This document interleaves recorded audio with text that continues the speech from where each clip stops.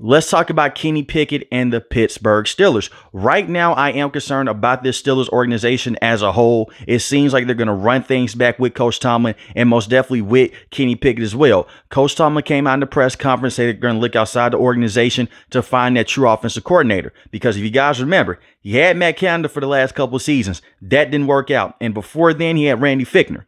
Now, I'm going to get into Mike Tomlin later in this video, but this is about Kenny Pickett. No matter who the offensive coordinator is, if Kenny Pickett cannot step up to that next level, it doesn't matter. I think that Kenny Pickett long term will just be a backup quarterback at best for the Steelers. And the reason why I'm saying that, in 25 games, which is a short sample size, but it is enough to get a good gauge on Kenny Pickett. He has 13 passing touchdowns to just 13 interceptions. That's not good. I have seen other quarterbacks in short amount of time go out there and have more passing touchdowns and have more of an impact on the team.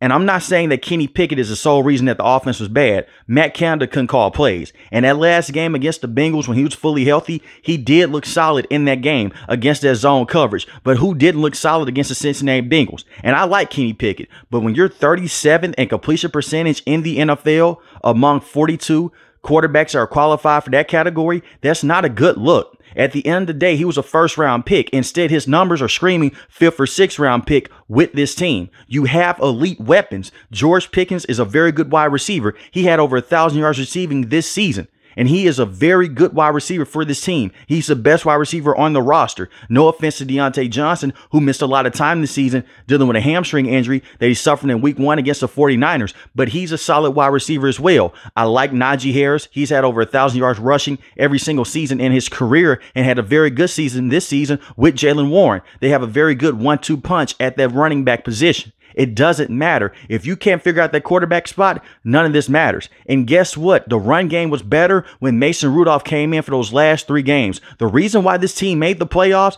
you can say the defense played better. Coach Tomlin did his thing. Mason Rudolph put the offense on his back. He made some key throws and some key plays for this team. And I'm not saying that Mason Rudolph is going to be this 4 to 5 year starter with this team, give him a 4 to 5 year contract, but he definitely deserves to get paid by the Steelers in some capacity, because if you don't bring him back, the quarterback market right now doesn't look good.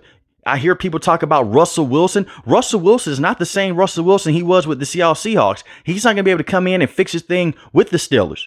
Kenny Pickett has to step up for this team. Coach Tomlin is basically giving him the reign right now. He said in that press conference, we're going in with Kenny, but we will give him some competition. Basically what that is, Kenny's our guy. We're going to rock with him because we spent a 1st-round pick on him. That's unfair to Mason Rudolph, and I wouldn't be surprised if he does not return to this team. Mason Rudolph has been disrespected by Coach Tomlin in the past. If you remember in the past, Mason Rudolph was not the greatest quarterback, but he wasn't horrible.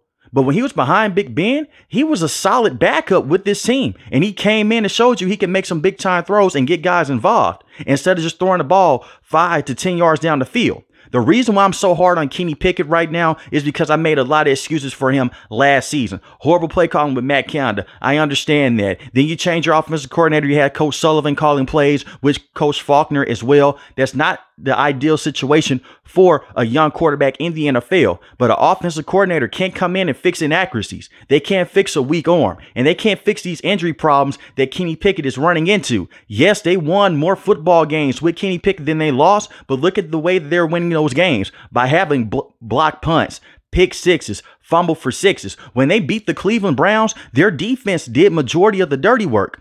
They had a pick 6 by Alex Highsmith. It was a fumble for 6, and TJ Watt scooped and scored. That was it. And their special teams has to be amazing. Look at how they beat the Baltimore Ravens the first time this season. The defense was going berserk, and Kenny Pickett did get a good touchdown to George Pickens, but George Pickens did all the work. He doesn't have the accuracy and the velocity down the field to get guys open, especially with guys like Calvin Austin III. When you look at Kenny Pickett, he's had 1 game in the last 2 years, and he hasn't played the full seasons because he had to sit down some of his rookie season. That's what Mike Tomlin wanted to do. He wanted to roll the ball with Trubisky. That didn't work out, and for this season, he was dealing with that ankle injury, and he didn't finish out the last couple of games. But he has 1 game in his entire career with more than 1 passing touchdown, and that came against the Las Vegas Raiders. He had the 1 touchdown that went to Calvin Austin III that went for a long gain, and the 1 touchdown that went to Pat Freiermuth in that game as well. Besides that, he only has games where he's only throwing for 1 touchdown, and this man went months without throwing a touchdown pass. On this season, he only had 6 passing touchdowns in 12 games to 4 interceptions. And you can say not every interception is on him, but he does stare down wide receivers at times, especially in that man coverage and especially if they're running zero blitz. And you can only do so much when the team is stacking the box and your quarterback is not good enough to go out there and throw the football. And this is conception. Well, Coach Tomlin continues to have a winning season no matter who his quarterback is. He hasn't been able to fully develop a quarterback because he hasn't been asked to do that in this situation. For a majority of his career, he had Big Ben and he inherited that Bill Cowher culture. Right now, the Steelers culture is not the same. It's not pretty. I remember what happened a few months ago. George Pickens was not blocking against the Indianapolis Colts. That did happen. He finished the season strong, and he did block in that last game against the Baltimore Ravens. Coach Tomlin did rectify that. He did fix that. But at the same time, we have seen guys act out of line with Coach Tomlin. And to be completely honest, they try to go out there and run over Coach Tomlin at times, instead of going out there and reprimanding the action when you need to. And he gets upset with reporters when they ask him about his job security with the team. He knows that he is safe, for the simple fact that the Steelers have now become comfortable with going out there and not having a losing season instead of going out there and contending for a Super Bowl. That's why they are in no man's land, in my opinion. What is no man's land? You're not bad enough to have a top 5 to top 10 pick, but you're not good enough to be in the AFC Championship. You're not good enough to get past the wild card, because since 2017, they haven't won a playoff game. Mike Tomlin has 3 playoff wins in the last 13 years with this team. That's not good enough. That's not the Steelers standard. That's Mike Tomlin's standard. Yes, Bill Cowher has some losing seasons, but it came with a lot of postseason success. Mike Tomlin has not been able to build up that culture and show that he can go to a Super Bowl with the guys that he had a place in drafting and with the guys that he had a place in developing. And I will give him credit for this. He did a tremendous job with getting the defense right on the back half of the season. Give Coach Austin a lot of respect for that, and I give Mike Tomlin a lot of respect for that. But it's more than just the defensive side of the game. That run the football and stop the run narrative, that's done. That's no longer in today's NFL. You have to go out there and be better than that. You have to go out there, yes, stop the run, but maintain the run and stop the pass. The last couple of years, the secondary has not looked good underneath Coach Tomlin. How many defensive coordinators have we seen come through Coach Tomlin? And how many offensive coordinators have we seen come through Coach Tomlin? And they haven't worked out. A lot of that is on Coach Tomlin. You can't be 3-9 in your last 12 playoff games and try to come out and say that you're a top elite coach in the NFL, because you're not. Regular season is cool. You have to win enough regular season games to get to the playoffs. But look at how the Steelers have made the playoffs the last couple of years. They're depending on other teams to get them to the dance. And you add that on top of a quarterback problem, it's an ugly situation with this team. And I'm not saying completely tear down everything, rebuild everything. They don't need that, because they do have some good, solid players on this team. Like I mentioned before, you have George Pickens. You have Calvin Austin III, who is very explosive with this team. You have Deontay Johnson, a very strong rushing attack with Najee Harris and Jalen Warren. They need to figure out that quarterback spot. And even when they did have the quarterback spot figured out, it was other problems with this team. And Coach Thomas showed at the time he's not able to fix those things. I'm not saying that Mike Tomlin is a horrible coach with this team. I'm a Mike Tomlin fan, but I do feel like the Steelers would benefit if he was a step away and another coach could come in and get his hands on this team. They don't need to go into a rebuilding process, but they do need a complete reset right now, especially on the offensive end. And you look at their defense, to some people, they swear that it's one of the best defenses in the NFL. Dealing with the injuries that they had, you can say that, but their defense is too TJ Watt dependent. If TJ Watt is not on the field, their defense is not the same. And you look at Coach Tomlin's defenses in the last 4 playoff games, it allowed 31 points, 42 points, 48 points, 45 points. That is 41 points allowed in the last 4 playoff games on average. That's not good enough. And even with a TJ Watt, he can only do so much, who is the best defensive player in the NFL today. You can book this. He should be Defensive Player of the Year. Led the league in sacks with 19 sacks this season. Can go out there and cause turnovers and can get interceptions as well. Alex Highsmith did not have 14.5 sacks this season like how he had last season, but the pressure rate was up and he was better in coverage this season as well. He had 7 sacks on the season and 2 forced fumbles. And you have Keanu Benton, who's going to be a very good defensive tackle with this team long term. I think when Cameron Hayward does decide to retire, when he decides to hang him up, because he's not going to play for another team, when he decides to hang it up, Keanu Benton can fill in that role, because Cameron Hayward does not look the same. You look at him from this season, he's not the same player. He's slower. The strength is there, but he's not quick enough to go inside the edges anymore and just go inside the defensive line anymore to go there and stop the run. Not saying that he's a bad defensive lineman, because he still is a very good defensive lineman, but he's not that same defensive lineman that he was in the past. And he's starting to deal with injuries as well. I look at the linebacking spot. I like Cole Holcomb, very good linebacker. He can't stay healthy. You're going to find a guy in free agency to try to come in and fill in that void. They haven't been able to find a true linebacker at that spot since Ryan Shazier went down. And that's unfortunate for this team, because Ryan Shazier went down a couple of years ago. Devin Bush was supposed to be that guy, but he ended up being a complete bust with this team. I will give Coach Tomlin a lot of credit for that. He found a way to go out there and get those guys playing at the next level at that linebacking spot, because you had guys like Miles Jack going out there.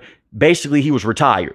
They called him back. He looked okay in the system for the last couple of games. Got exposed against the Buffalo Bills, but he did look better. I look at a guy like Micah Fitzpatrick. Wasn't the same safety this season, but he's still very good. He dealt with a lot of injuries this season. Dealt with a knee injury, dealt with a hand injury. I do think that Micah Fitzpatrick can still be a top safety in the NFL. Their defense, they have pieces.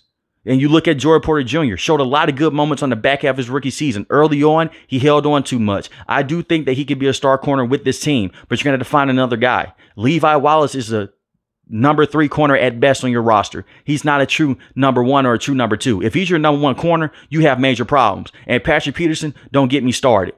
He should not be a corner with this team anymore. Safety at best. The problem is you have DeMonte Casey, who's a solid safety as well. And he missed some games on the back half of the season because he had an illegal hit on Michael Pittman Jr. in the Indianapolis Colts game. I didn't forget when the Steelers went out there with Mitch Trubisky and it didn't look good.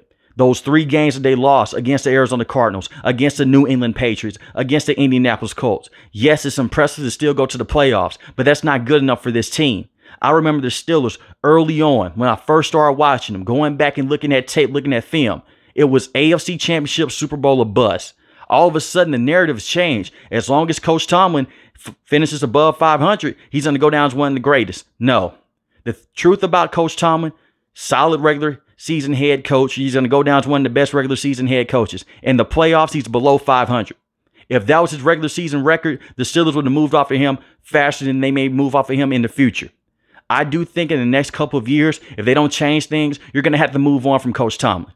Yes, that quarterback spot right now is the main excuse, but Coach Tomlin also pushed Mason Rudolph down on the bench for many years, and he was basically the third-string quarterback with this team. And unfortunately, he showed that he's the best quarterback on this roster. And with all the injuries that happened to starting quarterbacks in the NFL this season, I would not be surprised if a team went out there and they tried to give Mason Rudolph a lot of money.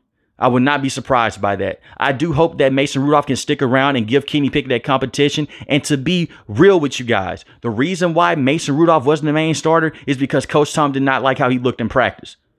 Sometimes you play better than you practice. I think that Mason Rudolph should be the guy with this team. He should be the starter next season because it's only so much that Kenny Pickett can improve on. Right now, what you see is what you get with Kenny Pickett. Right now, he's a one-read quarterback. He struggles against the blitz. He struggles against that man coverage, and he's just not that good of a quarterback right now. Yes, you could beef up the offensive line. Dan Moore Jr. is more of a guard than a tackle. I don't know why this team still has him at the tackle spot. I love Broderick Jones at the right tackle position. He's going to be better with this team. But Kenny Pickett's going to have to step up because if he doesn't, and they roll into next season with only Kenny Pickett as a starting option, and it seems like that's going to be the case with this team. If that is the case, the Steelers are going to be in the same situation next season. They're not going to finish below 500. They're going to win 2 to 3 games above 500, go to the AFC wild card, get knocked out in the first round, and get blown out. It's the same repeating cycle. The Steelers are a franchise that's running off insanity right now because they are doing the same thing, but they're expecting a different result. And it sucks because they have a lot of good players, like I mentioned before. You have guys like Alex Highsmith. You have guys like TJ Watt. When they had the killer bees, when it was Antonio Brown, Le'Veon Bell, Big Ben, the defense wasn't the best. Now it's like it's the complete opposite. The defense has been the strong point of this team, something that Coach Tomlin always wanted because, like I mentioned before, he has an old school philosophy, that early 2000 philosophy. He hasn't grown as a head coach. Run the football, stop the run. That's it. No, you should be trying to go out there, pass the football more. Yes, run the football, but at the same time, control the line of scrimmage and get your quarterback moving the ball down the field. That's why the Steelers wide receivers were frustrated for a majority of this season.